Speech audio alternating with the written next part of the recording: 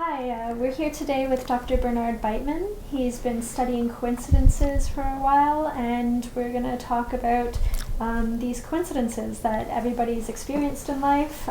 They surprise us, they amaze us, they have different meanings for different people, and sometimes they're very useful. So, Dr. Beitman, do you care to tell us maybe how you got started in your interest in coincidences? Well, the way it has seemed to me from almost the beginning is that I was a small boy who somehow found this tunnel into this strange forest. And in this strange forest, there were all kinds of wondrous birds and trees and flowers, and I thought it was really amazing being in here, and I wanted to be able to come back and tell people about it. So I ran back through the tunnel and said, there's these things there.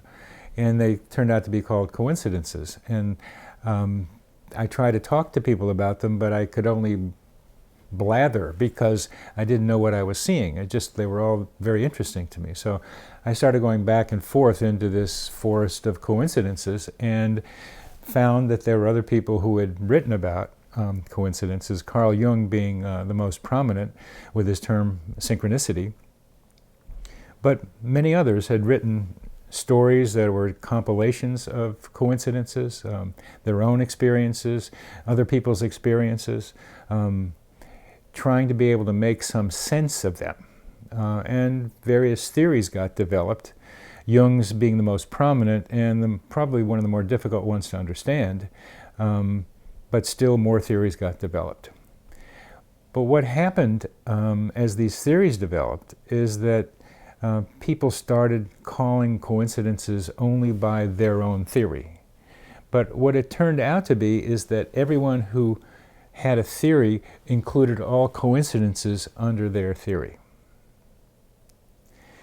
But the coincidences I saw out in that forest were different somehow. Some were birds, some were flowers, some were trees. They were different. And I was a little perplexed by everybody calling a coincidence synchronicity, because Jung had a particular meaning for it, although he included a lot of different things, or other people saying it was all divine guidance. Squire Rushnell, several books on that subject with that idea behind it. But I didn't see how you could just say it was one thing that was making all these things happen. They're not all synchronicities. What about serendipity? How did people use these terms? So I delved more deeply into the history of the general idea and found that there were three different major terms for coincidences.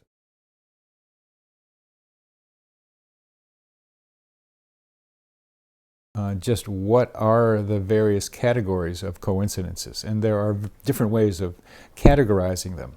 Serendipity and synchronicity need better definition, and I'm trying to define synchronicity in the standard Jungian way, which is that it's a coincidence that helps with psychological development.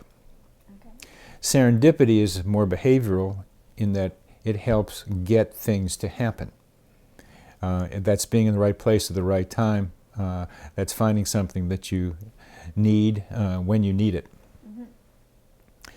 And I've come up with a term for another kind of coincidence, a coincidence in which one person feels the pain, the distress of another person at a distance. The other person's at a distance.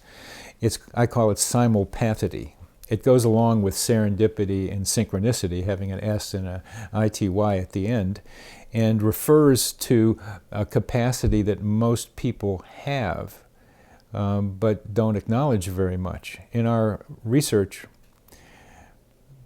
our respondents, we had about 1,000 of them, said this happens sometimes, that they experience the distress of a loved one at a distance. I've got a patient now who does this regularly, where she feels the distress of people she knows, not even loved ones, at a distance. And she said, I have enough of this. I don't want to keep experiencing all these other people's distress. She's too open to these things. But she illustrates the fact that it happens. Happened to me with my father. I felt the distress of him when he was dying. I was choking. He was choking on his own blood. We were 3,000 miles away. It was at the same time.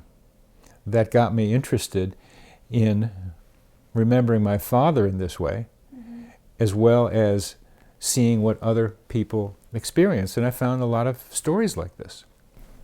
How does serendipity differ from synchronicity? Well, not much sometimes. People use these terms sometimes interchangeably. But serendipity tends to mean finding something when you were looking for something else, or stumbling across something that you needed and not knowing how you did it. Serendipity tends to be more action-oriented. Synchronicity, Jung was a psychiatrist, very psychologically interested. Synchronicity tends to be more about psychological events that help people change in a positive direction. So that's a beginning differentiation of those terms. They have different causal senses behind them. A colleague of mine was riding his bicycle in Amsterdam, and he had just come away from a problematic relationship. By his own admission, he's an arrogant guy, and his girlfriend just wasn't elegant enough for him. But they got along very well.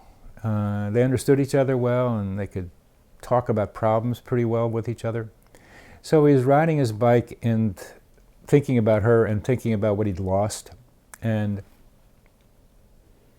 also got kind of hungry. So he's from the Middle East, so he was interested in shawarma. He saw the roasted meat place along the canals, but it was kind of in a shabby area, and he wanted an elegant dining place along one of the canals with white tablecloths and wine. But the one place he found didn't have any food in it. So getting hungrier and hungrier, he didn't know what to do with himself. And then he came to a place along the canals with a bridge, and there were people picnicking and other people playing music. And it was just a relaxed, happy setting, and it wasn't elegant. So he ran back to the shawarma stand, got a shawarma, and went to this place where the people were picnicking and playing music, and loved it. He realized that he did not need to have elegance. He needed to have the kind of close, warm companionship that he felt with the picnickers and the music that he felt with his girlfriend. They're getting married next week. It's interesting. I think just to recap, when you were explaining as a child how you first got into this, you felt like you'd found this strange and beautiful world, and I think that highlights part of coincidences. What fascinates us about them, they are kind of strange and wonderful. They kind of shock us out of our ordinary life. It seems like something happens and it doesn't come from the normal course of life. Something so strange and inexplicable came up, and it shocks us. I think that's one of the reasons it's great to talk about coincidences, because the more we're able to understand them and look for them in our lives, the more we're able to realize about ourselves. Do you have some other examples that you'd like to share? Part of my research was to establish just what is coincidence sensitivity. Can you measure your own coincidence sensitivity? So we did some pretty sophisticated mathematical analyses with survey responses and tried to find the most common set of coincidences. And the most common set of coincidences include having a thought or thinking of a problem and having it answered by the media or something you're doing on the internet. Mm-hmm. Or thinking of someone is the most common one reported, and people call. And the person who you're thinking about has just called. Now, a lot of those, the ones that people just call, you kind of know they're going to call, maybe. I mean, they're like your son or your girlfriend or somebody that's going to call. But the ones that get you on those are the ones that you haven't heard from a long time, and you just happen to have a need for that person right then. A story of a woman who wrote me recently needed a logo for her business. And she thought, I know who can help me. It was someone who had done some design work for her 4 years ago. So she was thinking about her, but didn't have any way of contacting her, didn't have any information on where to find her. And an hour later, she received a call from this woman who needed the woman I'm telling you about's help for a project she had, so they bartered to help each other.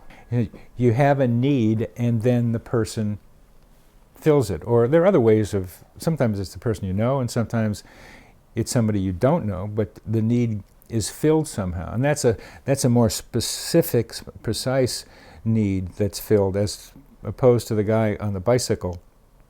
It was a more psychological thing. He came to the conclusion after doing all the processing, this was what he had to do. But here, the need got met right away. He had to process it. Here, the woman got the phone call from the woman she needed to have contact her, so it was done right there. Yeah. It's a difference.